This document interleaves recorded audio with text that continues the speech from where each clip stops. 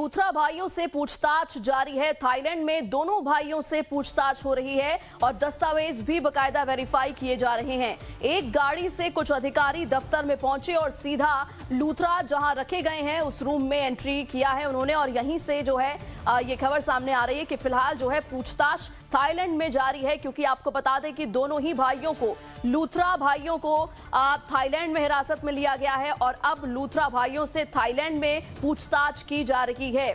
तो इस बीच खबर यह भी है कि जल्द ही उन्हें भारत भी लेकर के आया जाएगा, लेकिन फिलहाल आपको अपडेट ये बता रहे हैं कि लूथरा भाइयों से थाईलैंड में पूछताछ की जा रही है। थाईलैंड में दोनों भाइयों से पूछताछ हो रही है और साथ ही साथ जो दस्तावेज उनके हैं उन्हें भी वेरीफाई किया जा रहा है। और आपको बता दें कि जो अपडेट अब तक सामने आया है, एक गाड़ी से कुछ अधिकारी दफ्तर में पहुंचे और सीधा वहां उनका रुख उन्होंने किया जिस रूम में लूथरा ब्रदर्स को रखा गया है, और यहीं पर दोनों ही भाइयों से पूछताछ इस वक्त हो रही है।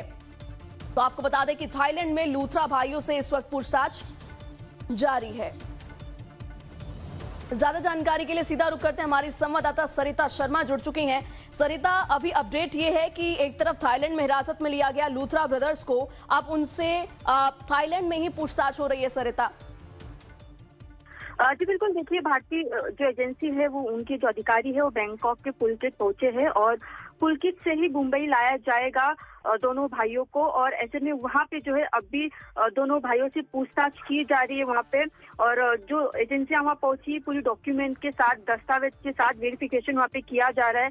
लूथरा भाइयों से जो है पूछताछ की जा रही है उनके बारे में, और वहाँ पे जैसे कि हम आपको बता रही कि यहाँ पे एजेंसियां वहाँ पहुंची है, पहुंचते ही सारी जानकारी जो दोनों भाई है उनसे लिया जाएगा, दस्तावेज जो उनके चेक किए जाएंगे और सीधा लूथरा को जहाँ रखा गया है वहाँ उसी रूम में जो है अधिकारियों ने एंट्री की है और उनसे जो है पूछताछ की जा रही है। ऐसे में देखना होगा कि ये पूछताछ कितनी लंबी होगी और इस पूछताछ में क्या कुछ निकल के आता है। फिलहाल जो एजेंसियां है, अधिकारी है, वहाँ पहुंच के जो है डॉक्यूमेंट वेरीफाई किए जा रहे, पूछताछ किए जा रहे। अब देखना होगा कि उन्हें क्या शाम तक लाया जाएगा, क्या प्रोसेस है, कैसा है, तो इस पर अभी नजर बनाए रखना होगा। फिलहाल एजेंसियां वहाँ पहुंच के दोनों जो आरोपी भाई है उनसे पूछताछ की जा रही है। जी, आप जुड़े रहिए, मैं और भी अपडेट्स आपसे लूंगी। तो लूथरा ब्रदर्स को बड़ा झटका लगा है। लूथरा ब्रदर्स के खिलाफ ब्लू कॉर्नर नोटिस जारी कर दिया गया है। इस वक्त एक और बड़ी जानकारी आपको बता रहे हैं। एक तरफ देखिए थाईलैंड में दोनों ही भाई हिरासत में हैं, तो वहीं लूथरा ब्रदर्स को एक और बड़ा झटका लगा है।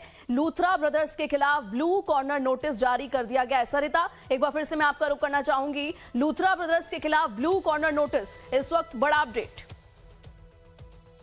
जी बिल्कुल, देखिए जब से आग लगी थी और दोनों भाई तुरंत आग लगने के महज 5 घंटे के बाद ही वो थाईलैंड रवाना हो गए थे, जिसके बाद से ही गोवा पुलिस ने हरकत में आते ही जो है जल्दी से जल्दी निर्णय लिया कि उनका जो सबसे पहले पासपोर्ट है वो रद्द किया जाए, जिसके चलते सरकार से मदद ली गई ताकि जो दोनों भाई है वो थाईलैंड के अलावा दूसरे अन्य देश में ना भाग सके। इसके चलते जो है जल्दी उनका पासपोर्ट रद्द किया गया और इंटरपोल के जरिए जो है पूरी प्रक्रिया की जा रही है। ऐसे में अब जो पुलिस के हाथ लगा है बहुत बड़ी एक कामयाबी बोल सकते हैं हम, जिस तरीके से ब्लू कॉर्नर जारी किया गया है और प्रोसेस किया जा रहा है। अब एजेंसियां वहां पहुंच चुकी है, तो कहीं ना कहीं ये बहुत बड़ी कामयाबी है पुलिस के हाथ में, और जल्द से जल्द उनकी कोशिश है कि दोनों भाइयों आरोपियों को भारत लाया जाए और जल्द से जल्द उनकी गिरफ्तारी की जाए, ताकि जो 25 बेगुनाहों की जान गई है उसके बारे में पूरी जानकारी ली जाए और कितने ऐसे अवैध जो निकल के सामने ऐसे बड़े एंगल्स हैं जो पुलिस के हाथ लगे। एक तरफ ट्रांजिट रिमांड पर गोवा पुलिस में के हाथ जो है अजय गुप्ता है, और अब जो है थाईलैंड में भी पूछताछ की जा रही है दोनों ही भाइयों से। तो ऐसे में कह सकते हैं कि कई एंगल्स जो है सामने निकल करके आ सकते हैं, क्योंकि पहले लूथरा ब्रदर्स ने कहा था कि हम सिर्फ लाइसेंस होल्डर हैं, हम इस क्लब के मालिक नहीं है। तो कह सकते हैं कि बड़े खुलासे अभी हो सकते हैं जब इन तीनों से एक साथ भारत में पूछताछ होगी। सरिता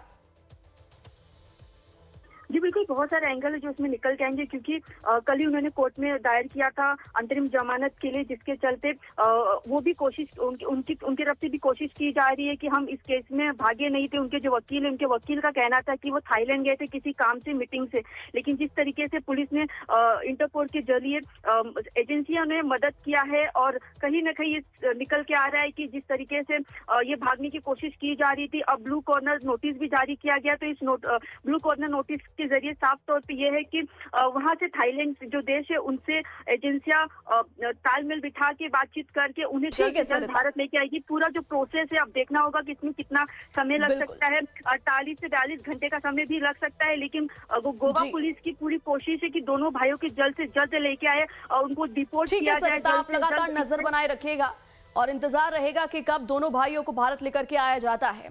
तो 6 दिसंबर 2026 माफ कीजिएगा 6 दिसंबर 2025 ये वो तारीख है जिस रात गोवा में भीषण अग्निकांड हुआ।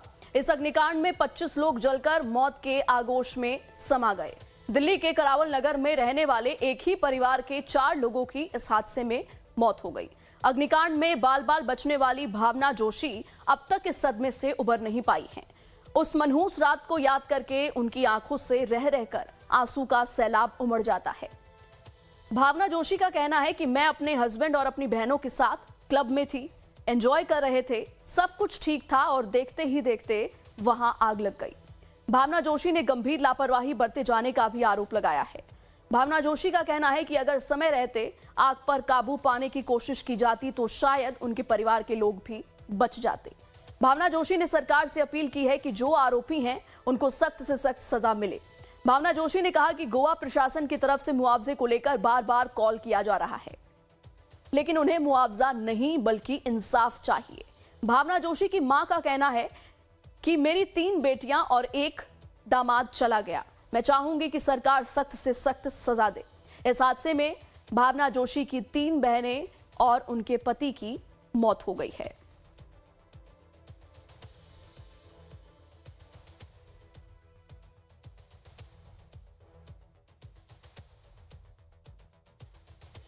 सर मेरे दुख का तो कोई मैं क्या एक्सप्लेन करूं अपने दुख को। मैंने क्या खोया है मुझे पता है, मेरे मम्मी पापा मेरे घर वालों ने क्या खोया उनको पता है सर। बाकी मैं किसी और से क्या एक्सपेक्टेशन करूं, जिन्होंने मरता और छोड़ दिया वहां इतने सारे लोगों को। मेरे घर के 4 लोग थे, कितनी फैमिली के लोग मरे, वहां का स्टाफ मरा, मगर जो स्टाफ के ऑनर थे उन्होंने अपने स्टाफ वालों के लिए कुछ नहीं किया, उनको पहचानने से इनकार कर दिया कि कितने लोग काम करते हैं। आप बताइए ना, अब जो अपने स्टाफ के बारे में नहीं सोच रहा वो आम जनता के लिए क्या सोचेगा, जिसको ये नहीं पता कि मैं कभी भी ये एक नेचुरल है, ये हादसा किसी के भी साथ हो सकता है। हम भिखारी हैं क्या सर? हम भीख मांग रहे हैं किसी से? मुझे कुछ नहीं चाहिए सर, मुझे कोई कंपनसेशन नहीं चाहिए। मुझे मेरी फैमिली लौटा देंगे क्या ये लोग? मेरी फैमिली के जो होलसेल करता धरता थे वो लौटा देंगे, मेरी बहनों को लौटा देंगे क्या? आप ही बताइए। वो 2 लाख रुपए दे रहे हैं, 2 लाख रुपए से मेरा परिवार चल जाएगा? आप ही बताइए। कुछ तो शर्म कीजिए, कुछ जान की कीमत क्या 2 लाख रुपए होती है? 3 बेटियां गई थी, एक बेटा चला गया, दामाद है पर बेटे ही है मेरे वो। और मैं क्या कर सकती हूँ, उनको तो कोई लौटा नहीं सकता। इतना बड़ा मेरे साथ हो गया, मेरे घर खाली हो गया, मेरा सब कुछ चला गया है। अब मैं क्या कर सकती हूँ? मुझे कोई चीज का इतना वो नहीं है, बस हमें इंसाफ चाहिए, वही यही बोल सकते हैं और क्या।